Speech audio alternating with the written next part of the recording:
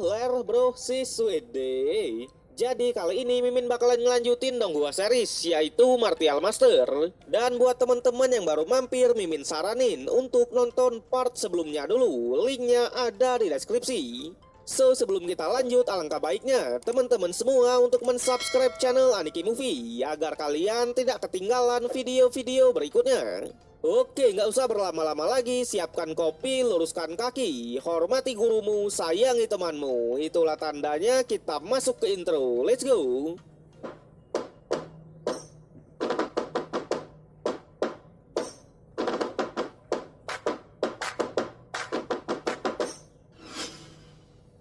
Cerita berlanjut, di mana setelah sedikit perselisihan dengan para leluhur kemarin, sang raja pun sangatlah kesal karena menurutnya mereka tak menghargainya sama sekali. Yang pada akhirnya ia pun menyuruh para penjaga bayangan untuk bergegas menemukan obat mujarab agar dapat memperpanjang hidup seseorang. Sedangkan di tempat lain atau di Pavilion Pil, Lord Kinchen pun hanya menyuruh Master Zo untuk memanfaatkan semua kerusakan dari keluarga Leng ini dan mengambil alih seluruh pasar pilnya. Jelas tanpa ragu lagi, Master Zo pun juga mengiyakan dan akan mengatur semuanya. Tak hanya itu, Pavilion Pil juga memasang sebuah brosur pengumuman. Terlihat di sana di pavilionnya, para praktisi dan para warga langsung berbondong-bondong membeli pil di pavilion. Sementara mereka sendiri tentu langsung memproduksi lebih banyak jumlah pil lagi. Balik lagi ke kediaman dari sang raja. Di sana bawahan pun melaporkan kalau pengawal kekaisaran juga membeli sejumlah pil baru. Yang dimana hanya dalam waktu setengah bulan saja ada lebih dari 3.000 praktisi yang berhasil menerobos. Sontak sang raja yang mendengarnya juga cukuplah kaget dan langsung mengajak bawahan itu untuk pergi ke Pavilion Pil. Sementara di Pavilion Pil, setelah memurnikan banyak obat tadi, Master Zo pun langsung memberikan total penghasilannya hari ini kepada Lord Kinchen kita.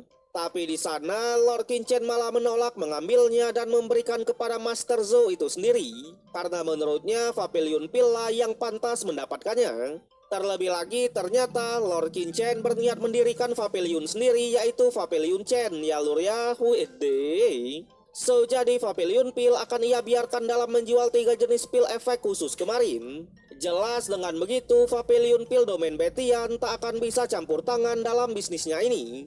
Namun di sela-sela obrolan mereka itu, tetua subuh pun menghampiri dan melaporkan kalau raja datang ke sini. Terlihat di sana sang raja yang melihat semuanya, ia pun langsung menanyakan kabar mereka. Tak hanya itu, ternyata tujuannya datang ke sini untuk membeli 300.000 pil efek khusus yang diciptakan oleh Lord Kinchen. Waduh, banyak juga nih. Master Zo yang mendengarnya hanya mengatakan kalau pil efek khusus itu Lord Kinchen lah yang membuatnya. Jadi sang raja harus menanyakannya kepada Lord Kinchen kita. Sementara Lord Kinchen sendiri, ia malah mengajak sang raja untuk bekerja sama saja.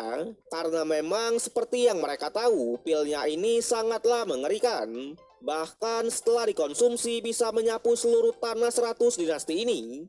Jelas jika sang raja mau bekerja sama dengannya, ia harus menyiapkan bahan baku untuk membuat pil tersebut. Tak hanya itu, Lord Kinchen juga akan memberikannya 10% keuntungan dari penjualannya. Tapi meskipun begitu, Lord kita juga meminta agar ia diberikan hak izin untuk mengembangkan daerah kumuh yang ada di wilayah barat. Tentu tanpa basa-basi lagi, sang raja pun langsung menyetujui kerjasamanya dan akan menyiapkan semua bahan baku yang dibutuhkan. Sontak Master Zo yang mendengar kalau Lord Kinchen menginginkan daerah kumuh, ia juga sedikit bertanya-tanya. Terlebih lagi, Lord Kinchen juga mau memberikan 10% keuntungannya. Sementara Lord Kinchen yang mendengarnya hanya mengatakan kalau satu-satunya masalah yang perlu mereka selesaikan saat ini adalah masalah bahan baku, kapasitas produksi dan juga penyaluran. Jelas karena Liu Xuanrui atau kaisar dari dinasti Wei setuju dengan kerjasamanya, maka para alkemis dinasti pasti akan ikut bergabung dalam pemurniannya. Tentu dengan begitu secara tidak langsung akan meningkatkan kapasitas produksi mereka. Dan yang terpenting dari kerjasamanya ini, mereka akan menjual pil obat atas nama dinasti Wei. Jelas jika sewaktu-waktu mereka ditentang oleh pavilion lain, musuh pasti tak akan bisa berbuat banyak. Bahkan Pavilion Pil Domain Betian aja juga pasti akan terdiam. Wede. Sontak Master Zo yang melihat Lord Qichen bisa berpikiran sejauh itu, ia lagi-lagi dibuat kagum.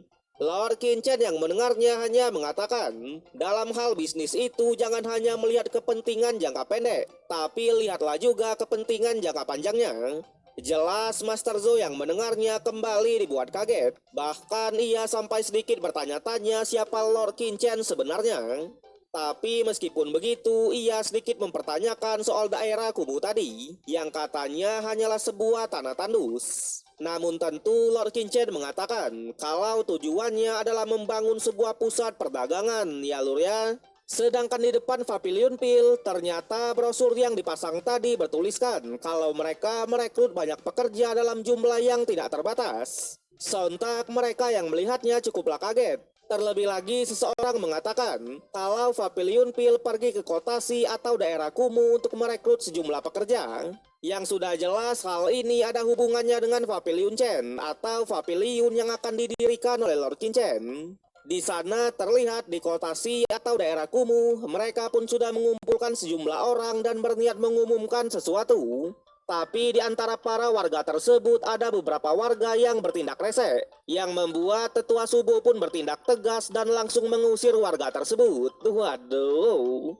Sementara Master Zo yang melihatnya hanya mengingatkan Lord Qichen kalau orang-orang di daerah kumuh ini benar-benar tak ada nyali, dan takutnya mereka tak akan bisa diandalkan. Tapi jelas Lord Qichen memiliki pemikiran sendiri, karena katanya selama ini orang-orang di sini selalu hidup di bawah kemiskinan. Tentu hal itulah yang akan menjadi faktor dan membuat mereka semua memiliki semangat sukses lebih tinggi daripada orang biasa. Bahkan tekad dan usahanya mungkin jauh lebih baik jika dibandingkan dengan orang di kota.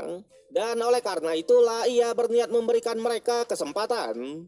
Namun meskipun begitu, Lord Qichen tetap menguji mental mereka dengan menghinanya secara terang-terangan. Bahkan ia mengatakan sebelum ia datang ke daerah kumuh ini, ia selalu mendengar kata kalau di sini hanyalah sekumpulan pecundang sampah yang tidak berguna.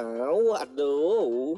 Sontak hal itu membuat mereka pun sangatlah kesal. Tapi Lord Qichen hanya mengatakan kalau tadi bukanlah ia yang mengatakannya, melainkan itu hanyalah pendapat dari orang-orang di kota kekaisaran.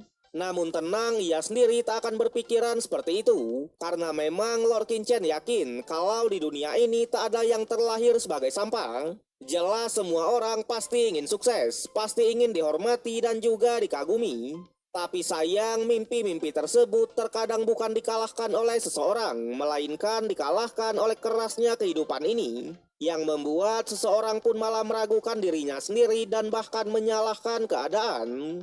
Tak hanya itu, Lord Qichen juga menyuruh mereka untuk menanyakan kepada diri mereka sendiri apakah mereka mau berkembang atau tidak. Bahkan ia juga mengetahui kalau mereka ini selalu berpikir agar diberikan kesempatan.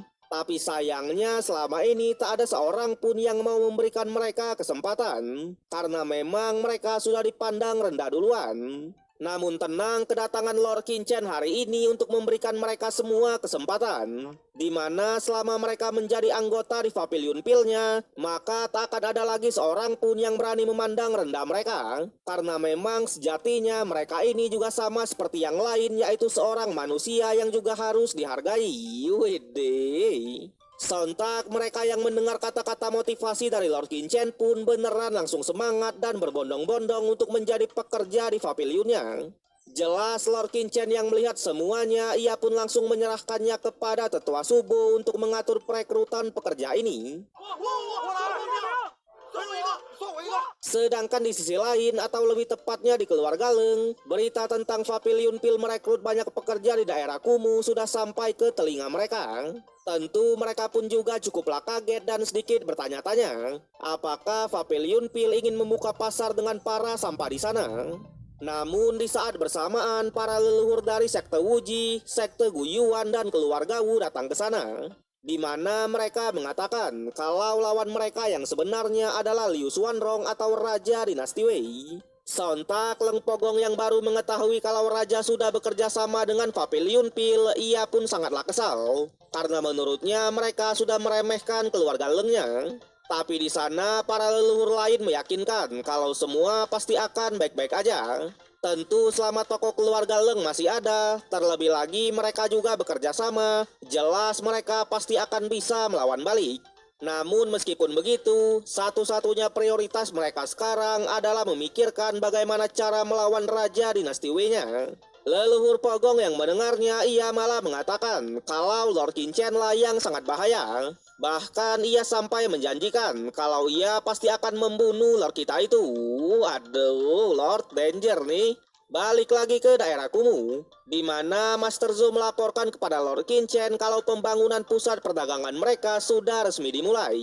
Tentu dengan banyaknya para pekerja, diperkirakan akan selesai dalam waktu 1,5 bulan. Lord Qichen yang mendengarnya, ia lagi-lagi menyerahkan semua itu kepada tetua subuh. Kemudian ia juga menyuruh Master Zo untuk fokus saja berkultivasi dan menerobos kerana Martial King tingkat ke-7.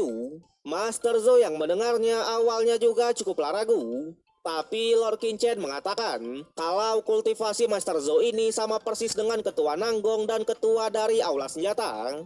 Dan oleh karena itu mereka bisa mengkonfirmasinya agar melakukan penerobosan bersama.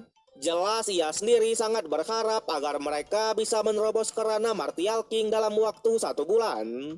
Sontak Master Zo yang mendengarnya lagi-lagi sangatlah kaget ya lur ya. Tapi sayangnya episode kali ini harus berakhir sampai di sini.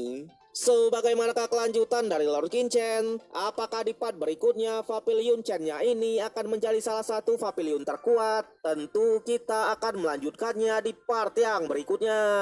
Hahaha. Arigatou. See ya. Arigatou. See ya.